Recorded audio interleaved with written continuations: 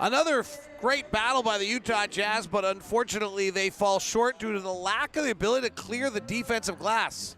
Lack of three-point shooting might be an issue as well. We're talking about them after the Jazz fall to the Knicks in New York on Postcast.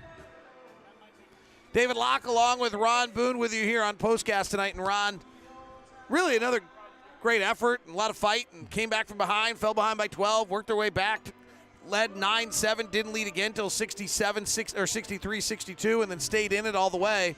So, a lot of areas where, once again, this team shows all their things, and there are some signs that we'll get into about why this team actually might be all right after the trades. There are also some signs of what they're going to have to overcome. But the biggest one tonight was just a complete inability to clear the glass late. They get a defensive rebound at 8:33. They do not get another one until 1:13. They go 7 minutes and 20 seconds in the fourth quarter without clearing a defensive rebound. And this is something we're probably going to see for the rest of the season, where they'll struggle in one area and do something great in another area there, David. This team is right now is not as talented or deep in talent as it was before the trade, but I think as far as hustle and execution of it's probably going to be something going forward that they'll have to get better at. I'll be honest, after watching this for 2 nights, I'm a little bit on the side of I think they're going to be about 500 the rest of the way. I did think there was a chance they could go 5-20 the rest of the way. Someone asked me, and I was like, I think there's more chance they go 5-20 than 15-10 was the way I phrased it. Yeah. I just think they're really different. They were and I've said this to you in the pregame, I said it during the broadcast, they were the 4th best offensive team in the NBA as of the trade, and the 26th ranked defensive team. The team we've seen the last 2 nights, I think, is way better than the 26th defensive team in the league. Horton Tucker is really defending. Collins getting into people. The point of the attack defense is much better than it was before. Abaji was really good defensively tonight. He's playing more minutes. They've got to figure out what to do at backup center, because Doka was not very good tonight, and he was good in 1 of 2 stints last night. And the more he plays, the better he'll probably get, the better Walker plays. So I actually think this is a much better defensive team. They're just not the offensive team, right? They are not making threes. They don't have three-point shooters. They let 40% three-point shooters go, and so Lauri's got no room right now. So they're going to be to me, they're just a very different team than they were before. Yeah, different, and that's a great way of putting it, because now they got to make some decisions or play maybe a little bit different. Players are going to have to make some adjustments on their game there as well, because of the luxury they had of knocking down three-point shots here before. Mistakes are going to be made, and the way they recover from things like that is just through solid basketball. What we saw last night. I thought that was a solid effort last night, and I think from time to time tonight we had that as well. So when you look at this tonight, we're seeing guys step up. The development of the final games, and one of them tonight was Talen Horton Tucker. We literally said on the broadcast tonight, we are seeing skills out of him we did not know he had. Exactly, because you just think about the way he started off the season, and the reason. One of the reasons that he fell out of the rotation there for a little bit, because he was playing a little bit out of control. Not that he was playing a little bit out of control, but he was shooting a lot of low percentage shots. We might still see that from time to time, but right now you can see he's thinking, I want you to, but what maybe coaches mentioned to him, I want you to be a point guard. I want you to learn how to run this basketball team, take your shots, but get the basketball to open people.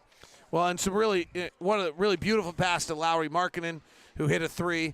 And we saw the same fight last night that we talked about Lauri. He really has a tough night today. His first 2 threes were deep in the cup and popped out. And it almost I think it undid him a little bit. I don't know, you can explain to me as a player what that's like. I mean, he threw up 2 perfect threes. They just didn't go in. And then he suddenly was 0 for, I think at one point tonight he was 0 for 6 or 0 for 7. He hits his last 3, and he scores 17 in the fourth quarter tonight trying to bring the Jazz back. That's the fight that Will Hardy wants to see out of him. Yeah, he does not want him to stop shooting.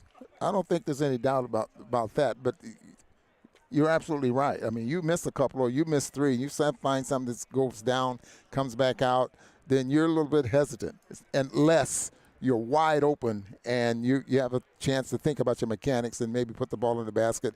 Ended up going 3 for 10, but I think he made 3 in a row. He may have been 0 for 7 up to that point. Jazz tonight, let's talk about the three-point shooting. They go 9 of 32. This has been going on for a little bit. It's particularly the above-the-break three they're not making. They're not getting quite as many corner threes. Coming into this game tonight, and they were, as old man David has to put on his glasses to find this note, the Jazz were 36 of their last 128 for 28% from three. They were worse tonight. So they're shooting in the last 6 games. They're now shooting, and so 6 games, right? This actually involves before the trade deadline, which is probably worth commenting on that. But they are now 27% on above the break threes over the last 6 games. And, you know, since Mike Conley and Malik Beasley got traded on above the break threes, the Jazz were 8 of 23 the other night. They were 5 of 16 against Toronto. And then tonight, I'll try to pull this really quickly and see if I can get lucky and find it in my notes. Tonight, the Jazz finished 3 of 14 on above the break threes. So, you know, that's a stretch. That's pretty poor right there on above the break 3-point shooting, and that's hard. That's going to make it hard to be an elite offensive team like they have been all season long. Yeah, exactly. And just think about it. Those threes are good looks. You know, there wasn't like they got a hand in their face and they're forcing some three-point shots and things like that. May have been a couple of rush three-point shots, but for the most part, the threes are good looks. They're just not falling.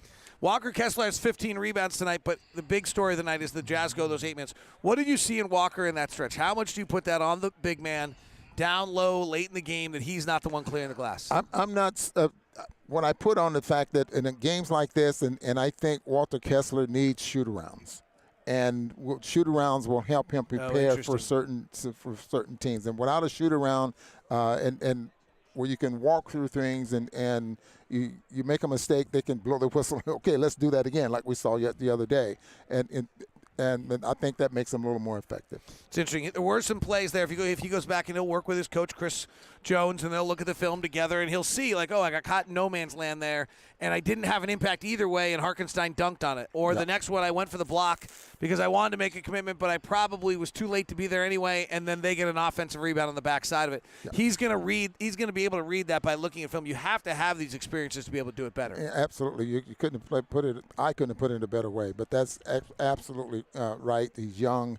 He needs to see it. He needs to walk through it, you know, that kind of thing. And the game is fast. It's fast, and you have to make quick decisions, and sometimes, you know, it doesn't work for you. Jazz shoot 51% because they're attacking the rim now. I think they took another 36 shots at the rim tonight, which is what they've done each of the last 3 games. So just a very different team. I think that's the takeaway at this point. This is a very different team with the same fight, the same guile, the same guts that they had prior run, but they're just not. It's a team we're going to have to adapt to because they play differently. It's not a 3-point shooting team.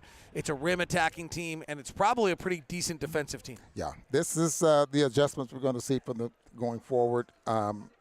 Hopefully they can survive, I mean, to the point where guys aren't losing their confidence and they learn something that's going to carry them through their career and through next year. And if this makes you feel any better, fans, Jalen Brunson, who torched us in the playoffs last year, is just torching everyone this year. Yeah, if it makes you feel any better that the guy who torched us in the playoffs last year is now torching everyone. He had 38.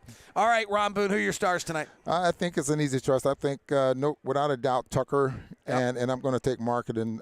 Markkanen there as well. 23 for Talen Horton Tucker tonight. He gets 7 assists, 2 blocks. 1 block, 1 steal, 2 rebounds. Markkanen, who struggled all night but got 29, but I almost am going to give him a star every night because of the battle he now has without Beasley, without Conley, and there's not a lot of space in the floor and how tight he is. And then he had the dunk of the night as well. 3 blocks defensively.